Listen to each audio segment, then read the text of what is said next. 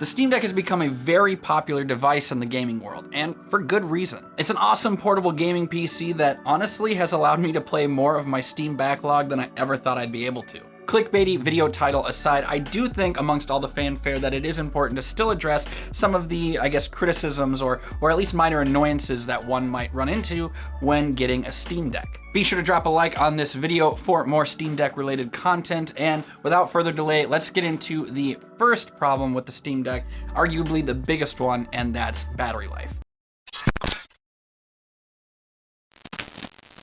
If you're wanting to mainly use the Steam Deck to play AAA quality games on the go, you may be disappointed by how long the battery lasts or doesn't last. It's not terrible, it's totally serviceable, but unless you completely nerf your settings like your brightness or your frame rate limit, you're only going to get like maybe 2 hours tops if you're playing modern demanding AAA games. Of course, this is totally based from person to person. You know, you might be okay with sacrificing performance on the Steam Deck to get a little bit of extra battery life, or maybe you're someone who doesn't really play many demanding games, or maybe you prefer to carry around a battery bank and you're totally cool with that. For me personally, I like to play at 60 frames a second. I like to not have to sacrifice performance for the sake of battery life, and I just really wish you could get like maybe a solid hour out of the Steam Deck. Just another solid hour out of this would really be all it would take to kind of get rid of that annoyance of how little the battery really lasts when playing those modern demanding titles. I imagine when eventual revisions for the Steam Deck come out, the battery life is probably going to be one of the bigger improvements that we see. The next thing to talk about with the Steam Deck is, well, the size and the weight.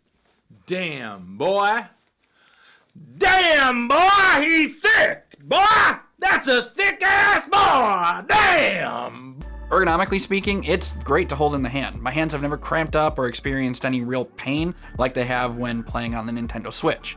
But the Steam Deck is large and heavy, and before I get any hate in the comments, I do think it is light when you consider the size and how much is just crammed into this device. But with the Steam Deck weighing twice as much as a Nintendo Switch, if you're like me who likes to game on the couch or game while in bed, don't be surprised if you start to get fatigued or if your hands start to frequently fall asleep. Now, this next point may seem pretty obvious and silly to bring up, but I do think it is worth talking about in case you aren't familiar. If you're planning on using the Steam Deck a lot in airplane mode or offline in general, you may run into a few annoyances. And it's not entirely Valve's fault either. As you're probably well aware of these days, a lot of games have DRM and require some form of authentication check before letting you play your game.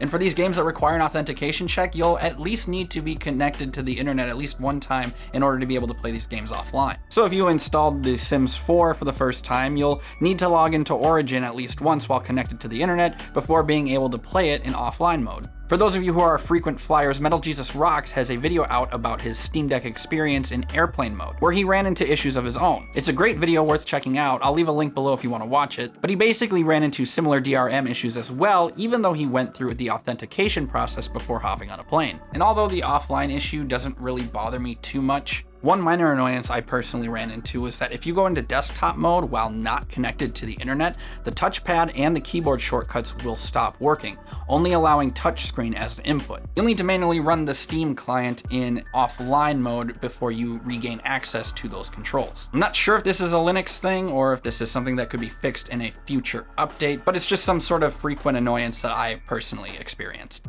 And lastly, it's important to note that while the Steam Deck is awesome out of the box, it's still a work in progress. There are still a number of games out there that are incompatible or at the very least need minor tweaks in order to play nice with the Steam Deck. And you may also run into other issues like crashing or freezing. So just be aware when you're adopting new tech like this, you may run into issues yourself. Fortunately, there is a very active Steam Deck community out there willing to help if you have any problems, and Valve is continuously updating the Steam Deck at a surprising rate. So over time, the stability is going to get better, and just overall the experience I think is going to get much more solid. I love my Steam Deck, and I think most people who get one will too, but I do think that with all the fanfare and all the hype, it is easy to sort of gloss over some of these minor annoyances, and they are still worth talking about. Whether or not you have a Steam Deck and you agree or disagree with my criticisms, be sure to let me know in the comments down below. And if you do have a Steam Deck, let me know if there are any gripes that you have with it